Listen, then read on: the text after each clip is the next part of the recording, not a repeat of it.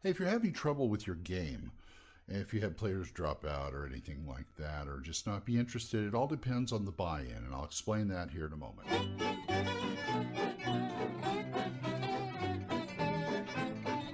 Hi, folks. Old Man Grognard back.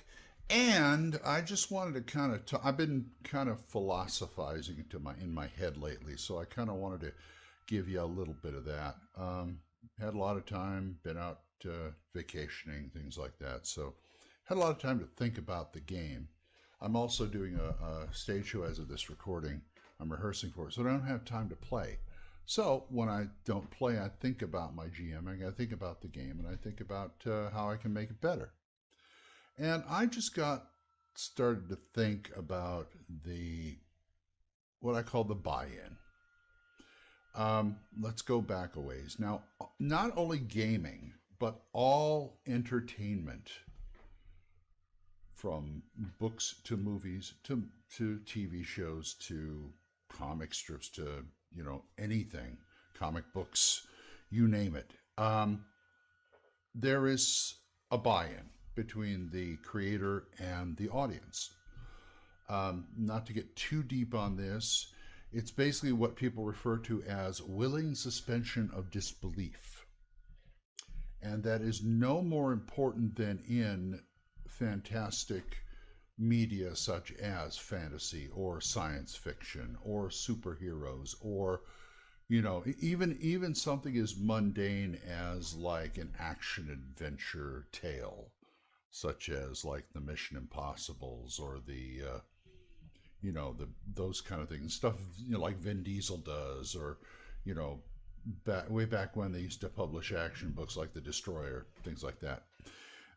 Even that, which is more rooted in reality, has to have a certain willing suspension of disbelief, because they even do stuff that you're going, oh, come on, is anybody that good? And superhero genre thrives on it because, unless you're all Batman, and even then that's pushing it because he trained himself to an ungodly degree, but I digress. There's a willing suspension of disbelief in the audience. And that goes to the game table too, because in order for us, I mentioned before on a show or two, that the game isn't the prep. The game is what happens at the table between the GM and the players. So what you have, basically we got to keep in mind about the buy-in sometimes, which means that everybody around the table, game master included, has a level of willing suspension of disbelief. And it is up to the game master to establish that, whether it's your premise or your plot or your characters, but basically the premise. Okay, say you're okay, here's an easy one. Before I started rehearsing, I was running Savage Worlds, and I was running Pulp. Strictly, just gung-ho Indiana Jones type stuff. Now, Indy does stuff that I'm not going to say is impossible, but improbable. And also there's things like, what a coincidence things. Things that happen to work in his favor, things that happen to work against him, what were the odds, things like that. But that's all part of the genre. That's all part of the buy-in. This goes back a long time. I mean, if you read any of, like, say, Charles Dickens, now I understand the why he wrote that way, but there are always somebody, oh, he was the guy I helped at the beginning of the book, now he's helping me at the last minute, or this guy who I don't know who is actually such and such's great-grandson who is heir to a throne, or something like that. There's all these coincidences that happen, but you buy into it because it makes a good story. I mean, in Dickens' case, he was paid by the word because he was writing for magazines, so he just kept piling on and piling on and piling on. Sometimes when creators do that, authors, whatever, it can be a convoluted mess. But sometimes it's really good. You can really actually follow it, and it actually makes you come back because it's like, I don't remember what happened, so this is like all new to me again. But as I said, I digress. Like I said, I was running Pulp, And these guys were pulp heroes. In fact, I was surprised in my game that there was so much supernatural stuff in it, which also fits in that genre because, you had the mystics, you had the shandus, you had the mad doctors and professors. We had a professor in the group who had weird science who come up with these fantastic things. We had one guy who was basically a fire starter with his mind. He was psionicist. Another guy who was a healer who didn't know he had this power to psychically push people away along with healing. And I'm going, well, that's a little bit more magic than I wanted, but I rolled with it and it works. I just got to keep a better eye on it. That's all. But as I'm saying, we all bought into the genre because they don't push it, because each type of story, each plot, each premise, each genre has its own sort of rules, set of rules. And you got to kind of establish that at the beginning. Now, not only for the genre, if you want to run a genre, or in whatever premise you come up with, because people do run genres that actually turn those tropes, as it were, on their heads, and it works. I've seen that in D&D a lot. I've seen that in other media, fantasy media, a lot too. So what you got to do is, you say you want to start running a D&D campaign. Okay, you can put the usual. It's a genre. You got to sit down and decide, okay, how's it going to work? How's the world going to work? How much magic do I want in there? Do I want any magic in there? Do you want low magic, high magic? Do you want something more akin to a Conan-esque sword and sorcery where there is there is magic, but it's not the focal point. The focal point is high adventure. The guy who, fights the big monsters, things like that, and the thief who steals stuff. But there, you can do that. You can do high magic, a la Forgotten Realms, a la, any of those cheesy 70s, 80s fantasy movies, Sword and the Sorcerer, Crow, Hawk the Slayer, you name it. That kind of thing. High fantasy. And dare I say, the original D&D movie. So you got to establish that. And also, if you're going to do, like, say, a D&D world, you can have the elves, the dwarves, the halflings, the gnomes, the half-orcs, right down the line. Or you can get rid of them all, or you can get rid of some. Say there's no elves in your world.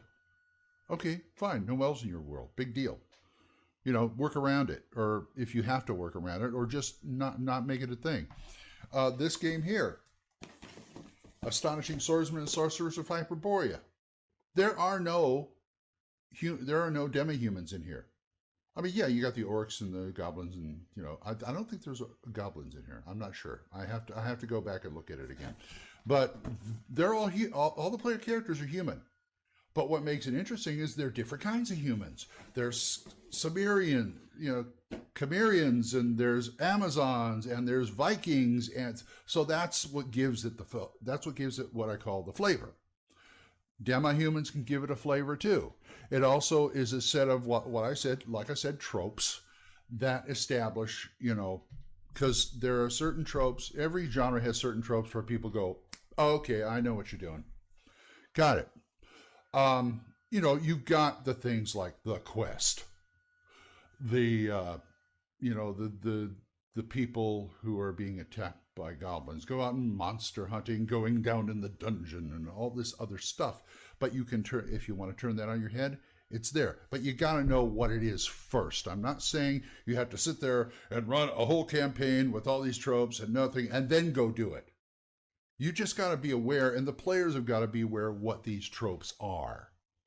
And this is part of the buy-in. You play D&D, most of your work is done for you. Because I don't know of any gamer or, people new to the hobby that don't know about this stuff. I mean, it's pervasive. It's all over. I mean, they're probably go home and watch Game of Thrones or things like that. So it's there, and so you can take it, subvert it, turn it around, but this gives you the buy-in. This gives you the buy-in. The other thing that gives you the buy-in is the plot. You come up with a good plot.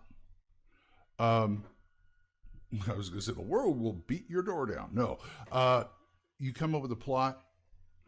You still have to sell it to the players, and this, I think, I'm not going to say it's the hardest thing, but it's one of the most important things, because you can't sell it to the players. Who's going to play? I am very fond of what they call high concept, also known as the elevator pitch, where you can boil down your plot and your world or your plot into like one, maybe two sentences. If you can do that, everybody understands, and they're all on the, y'all got to get on the same page, all of you. And I've seen or heard so many GMs where they say, okay, we're going to play some old school D&D and we're going to be in my fantasy world and people go, okay, fine. And they make a character and stuff. And then he starts out with, so you're all in a dungeon and naked. And they're going, what? What happened to all the stuff I bought? Well, they took it from you. I mean, that's a great way to start a game, and I started a game that way. I've been a player in games like that, and it works out because you get out, you get your stuff and stuff. And there's even modules out there. It's like you don't even have a class yet, because you're a 0-level character, and by the time the end of the adventure, you're a 1st-level character. Well, that's all fine and well and good if you want to do that, and people like that. But what if you get in the guy in there and all of a sudden he wants to start out doing the Earl Flinnery right away, swinging from chandeliers and cutting swaths of enemies, things like that. You're gonna lose him, or you're gonna have to do some major song and dance or shuffling or something to keep him interested. It's all about different expectations of the players, and the GM should have that expectation too. Otherwise, why would you even think of doing this or think of this plot? So the buy-in, like I said, is real important to the game. And it's probably one of the most important. This is what keeps people coming back to your table for another session. I feel very blessed in having the group I have, because sometimes I don't even know what I'm going to do when I get there. I got some vague idea in here, but I don't know what I'm going to do. And they will roll with it. Whatever I do, they roll with it. In fact, I could probably this Savage Worlds game got to be a little because I'm using a module. I'm using the Palladium Peril. And the way I read it, it's fantastic. They're having a ball. They're doing all this stuff. But in the back of my mind, I'm thinking, am I railroading them? But I'm not. Yet I am. But I'm not. But they bought into it. The thing is, they bought into it. And they're rolling with it, and they're having a great time. I do have a problem with linear plots, mainly because I just want to loosen them up. And if something doesn't go the way I think it's going to go, I just want to go with however it's going to go. I think that makes me a better GM, and the players have a better time.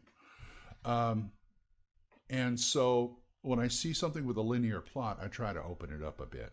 Anyway, I'm getting off onto a tangent. And that's what I wanted to say about buy-in. If you guys got any questions or comments or anything, mangrognard@gmail.com. I do check the emails once in a while. So maybe we'll have some of that next time. And until then, I hope you have all a good gaming time. Bye-bye.